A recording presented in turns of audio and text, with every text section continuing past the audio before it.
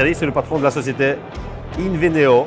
Inveneo, c'est un projet personnel sur lequel je travaille depuis maintenant 2016. Tu as combien de parts dans la société?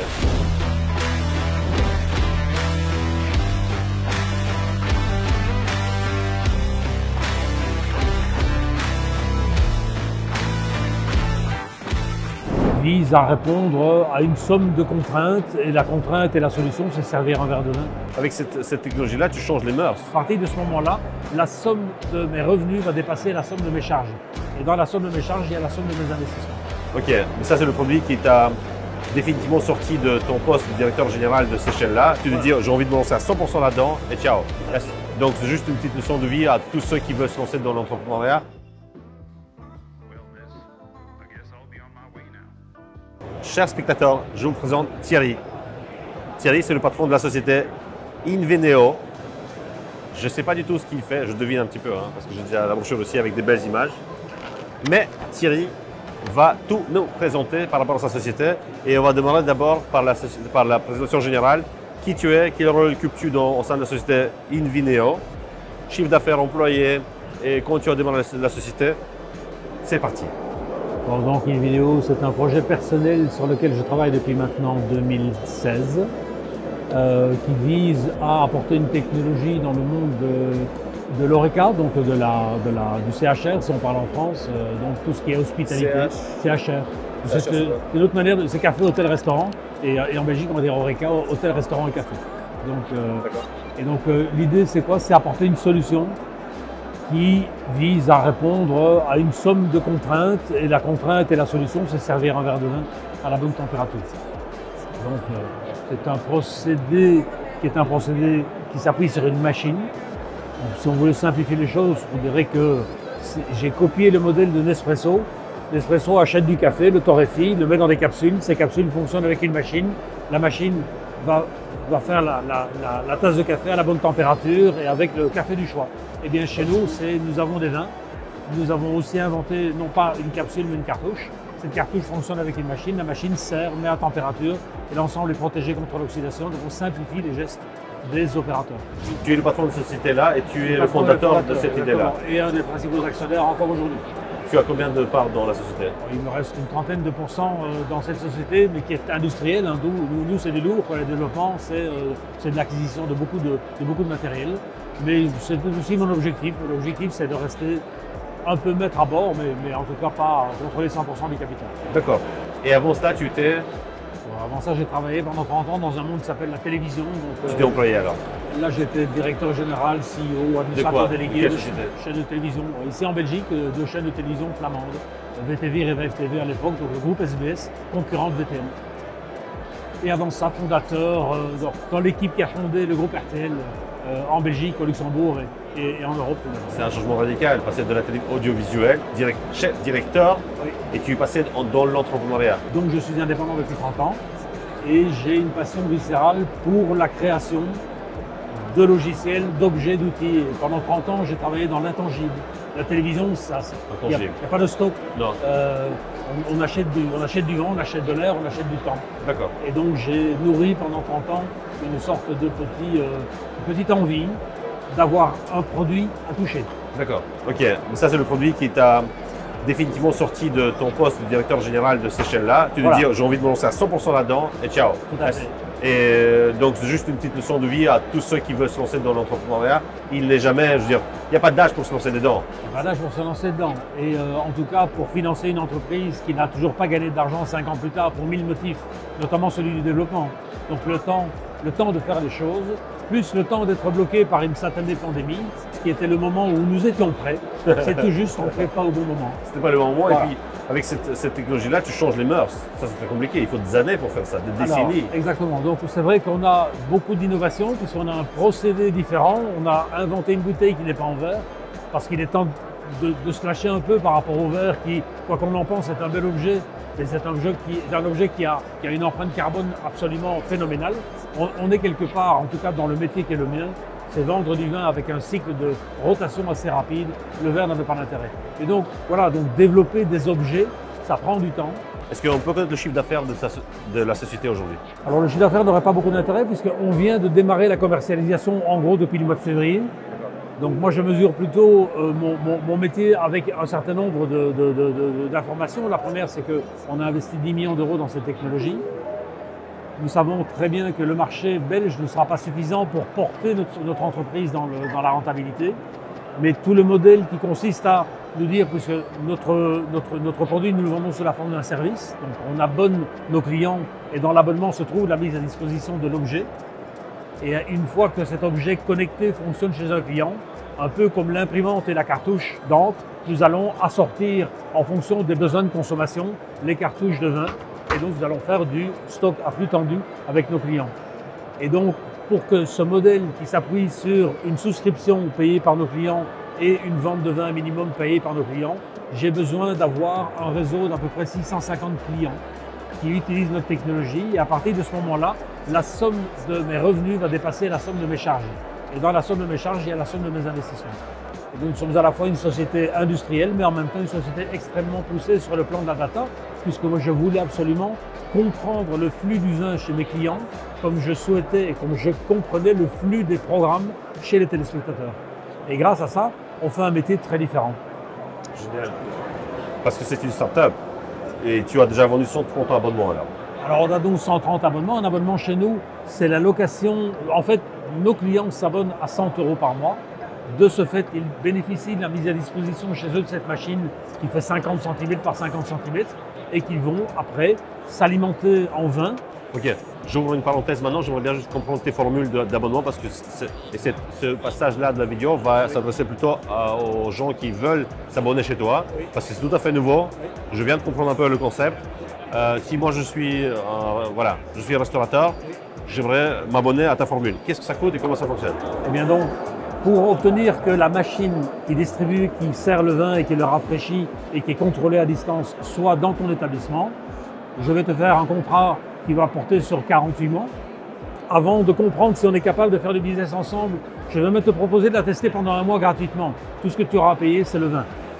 Et donc dès lors que la machine est installée, on va aider le personnel à comprendre comment elle fonctionne, mais c'est élémentaire, une petite pression. Et à partir de ce moment-là, si au bout d'un mois, on se rend compte que tu entres dans, je veux dire, le client minimum ou le client optimal. Chez nous, un client minimum, c'est quelqu'un qui vend 15 verres de vin par jour. Pas beaucoup. C'est pas beaucoup. Et donc, si tu vends 15 verres de vin par jour, pourquoi 15 verres, c'est le démarrage? Parce que 100 € de mise à disposition de la machine, plus le réassort, parce que la livraison est gratuite à l'intérieur, plus l'accès aux données, et bien à 15 verres par jour, on va se trouver à 300 verres par mois. 300 verres, 100 €. Dans chaque verre, la mise à disposition de la technologie va te coûter 30 cents. Sur un verre que tu vends à 5 €. Donc, notre coût à nous, pour que le produit soit parfait, c'est 30 cents et tu ne dois même pas acheter la machine puisqu'on va te la mettre en location long terme. Ce qu'on aime, c'est des relations long terme avec nos clients, d'où l'idée d'abonnement. Et en même temps, sur 48 mois d'un contrat, nous pourrons nous rembourser l'investissement qu'on fait de chaque machine qu'on va installer chez nos clients. Donc nous, en gros, c'est Device as a Service. Donc c'est un outil comme service et autour de cet outil, il y a de la compétence et de la connaissance. Ok. Et des vins, évidemment. D'accord. Donc, le restaurateur qui a envie de mettre cette machine-là chez lui, Oui. à tester, parce que d'une part, il ne doit plus s'occuper du problème d'approvisionnement de vin, Non. parce que c'est toi qui t'en occupes, Oui. avec le contrôle de distance du vin qui reste dans la cartouche. Oui. Donc, il t'appelle, sur quel numéro de téléphone il doit appeler? Il fait www.invineo.com, puis il va trouver l'ensemble des informations. Il verra à quoi ressemble la machine. Tout ce qu'il a à faire, c'est… Ok, il installe la machine chez lui. Ensuite, un mois plus tard, il est ravi. Enfin, déjà, il va payer le vin. Qu'est-ce que ça coûte le vin? Alors, on a des vins, donc nous, on travaille dans un segment qui n'est pas le vin du patron, mais qui n'est pas non plus le vin de garde. Donc, tous les établissements qui vendent un verre de vin entre 4,50 € et 7 €, on va dire, c'est notre cible à nous.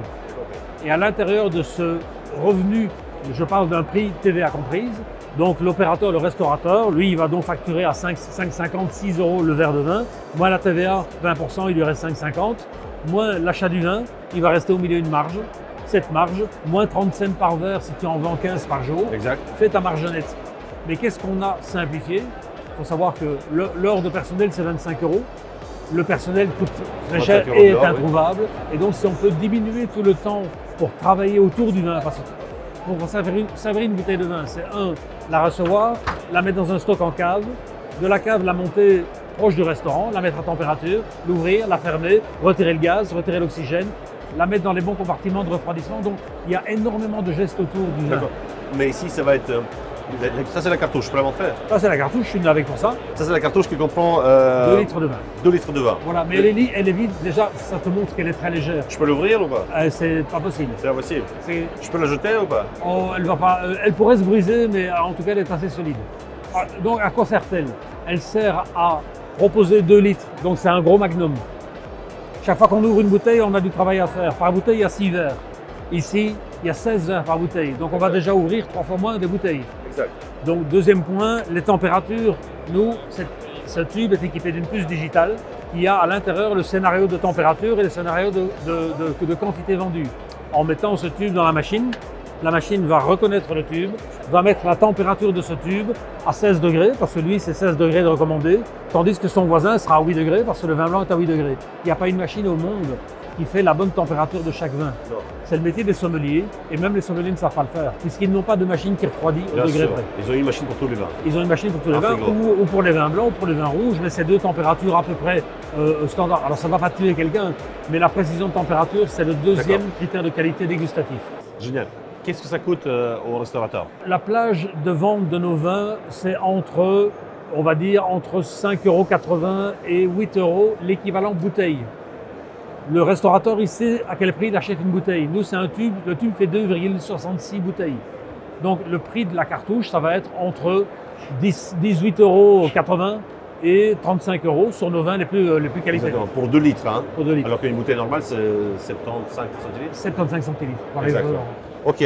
Moi, je trouve que c'est pas mal parce que ça économise effectivement le temps. Il n'y a qu'à mettre la cartouche, c'est fait. Il ne faut pas demander au barman d'aller servir le verre. Le serveur arrive et hop, il verse, il part. Et en même temps, on va emmagasiner toutes les transactions de la machine, ce qui fait que j'ai un reporting qui permet de dire on a vendu aujourd'hui 16 verres de 12 centilitres, 6 carafes de 25 centilitres et on a offert 3 dégustations. Et en plus, on ne doit pas s'occuper de la commande du vin, puisque toi, à distance, tu peux voir qu'on a consommé notre stock. Tout à fait. Et tu es là en train de planifier la livraison future pour. Exactement. Donc nos clients choisissent dans une carte de vin que nous avons confectionnée comme Nespresso à une carte de café. Et donc on est allé chercher des vins qui sont des Sauvignons, des Chardonnays, des Viogniers, des Viura, etc. De Belgique, de France, d'Australie, d'Italie, de façon à avoir une offre qui réponde à la demande et aux besoins du vin au verre. D'accord. Génial. Donc, je récapitule. Donc, tu as vendu 130 abonnements. Chacun Aujourd'hui. paye 100 €. Normalement, chacun doit payer 100 € par mois. Oui. 130 fois 100, on est à 13 000. Oui. Fois 12 mois, Voilà. on est à combien? On est plus ou moins à 150 000 par mois, par an. Ton profil d'entrepreneur est super intéressant. J'aimerais carrément faire une vidéo à part juste sur toi, mais d'une manière un peu plus étendue. Aller voir la production. Oui, voilà. Ça vaut la peine. L'usine, elle est en Belgique. Il y a ici à Jean-Blou et il faut vraiment le voir. Bien sûr. Je ne vais pas dire pour le croire. mais C'est la c'est- distribution des cartouches et aussi la fabrication de machines, elle est aussi en Belgique. Alors, on a confectionné nos machines nous-mêmes, de la R&D et tout, donc on a les plans en main, l'équipe d'ingénieurs est là, mais on ne pouvait pas faire tous les métiers.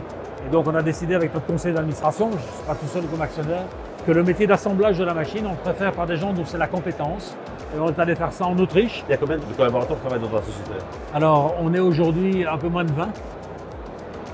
Mais ça montre évidemment qu'on est, alors on est plus une start-up, on est une scale-up, on va dire, même si on a encore quelques process d'industrialisation à parfaire. Mais on est maintenant vraiment en déploiement. Mais il faut comprendre que le déploiement d'une vidéo, le hardware, enfin, pour lancer une voiture, il faut que la voiture existe. Pour lancer un logiciel, on peut quasiment le lancer même quand il n'existe pas. Pour stocker des voitures quelque part, il faut un hangar. Aujourd'hui, pour stocker de la data, on a Amazon Web Services. Et donc, financer l'industrie coûte très cher en amont. Et on espère que la technologie et le côté captivant de technologie permet d'avoir des clients qui sont donc des abonnés et qui vont rester avec nous pendant de nombreuses années. Notre premier client, il s'appelle le Sheraton à Zaventem. Ils sont venus à notre rencontre quand on avait un prototype, en nous disant ça, on cherche ça depuis longtemps. Si vous êtes capable de le nourrir correctement en vin, on est d'accord d'être votre bêta-testeur. D'accord.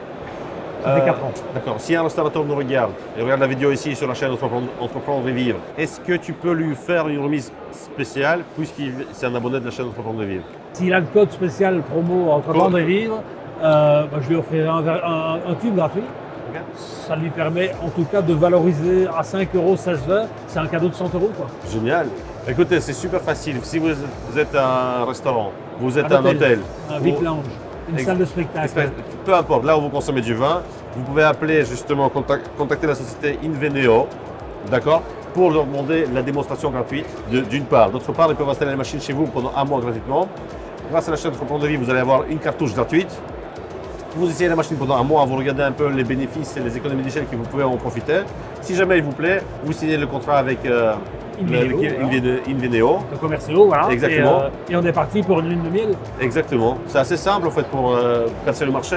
C'est difficile de changer les mœurs, mais avec votre approche, c'est quelque part pas très compliqué. On élève le niveau de satisfaction de tout le monde, le client, le personnel et le propriétaire.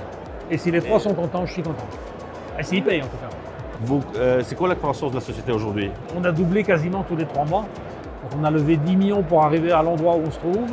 Je pense qu'avec ces 10 millions, il nous reste 600 à 700 000 euros à lever pour montrer qu'on sera vers la rentabilité, mais seulement dans le périmètre de 600 km.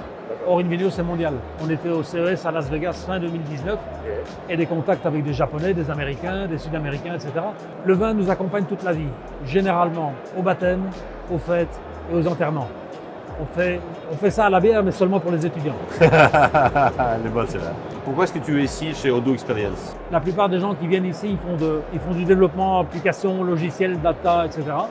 Premièrement, Odoo n'a jamais rien fait dans l'IoT. Bon, il n'a pas senti le besoin d'y aller non plus. Pourtant, j'entends d'oreilles matures que la révolution de l'Internet et des outils, elle a été faite dans le monde du service. Elle est en train d'arriver dans ce qu'on appelle l'industrie 4.0. Et moi, je suis, et je le réclame, le premier à avoir osé utiliser Odoo pour faire avec Odoo de l'industrie 4.0. Et de l'industrie 4.0 au niveau d'Inveneo, on n'est pas 10 entreprises comme ça, je pense, aujourd'hui en Wallonie. Donc nous sommes une innovation dans une innovation.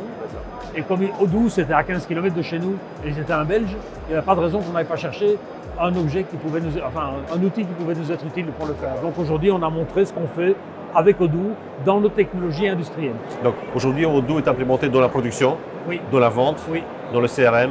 Alors, voilà, donc nous... Quels sont les modules que tu utilises chez Inveneo? Nous, on a développé nos propres modules avant toute chose, parce que je voulais que ces machines me donnent mes informations avant même qu'elles facturent. À ce moment-là, on avait besoin d'un CRM, d'un ERP, et comme je suis partisan de la base de données unique, en tout cas adressable aisément par une équipe qui va pouvoir travailler dessus, quel que soit son point d'origine. Et donc aujourd'hui, Odoo nous sert de backbone, enfin de framework.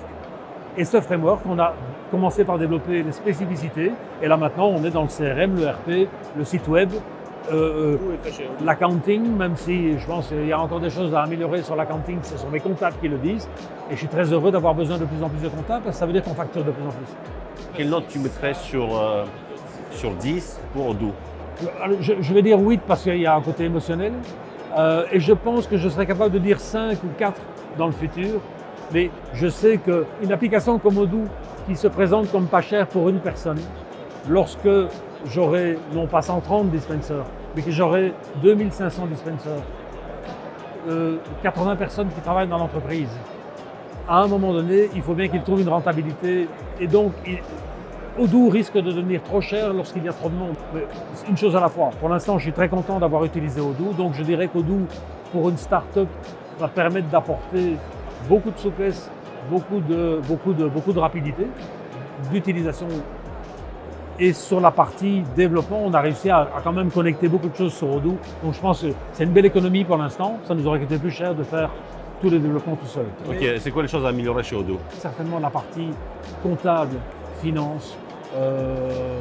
Mais voilà, donc c'est ce que j'entends dire des comptables et des financiers. C'est déjà une très bonne note. Alors pour moi, c'est le 8 parce que je suis pas l'utilisateur de cette partie-là.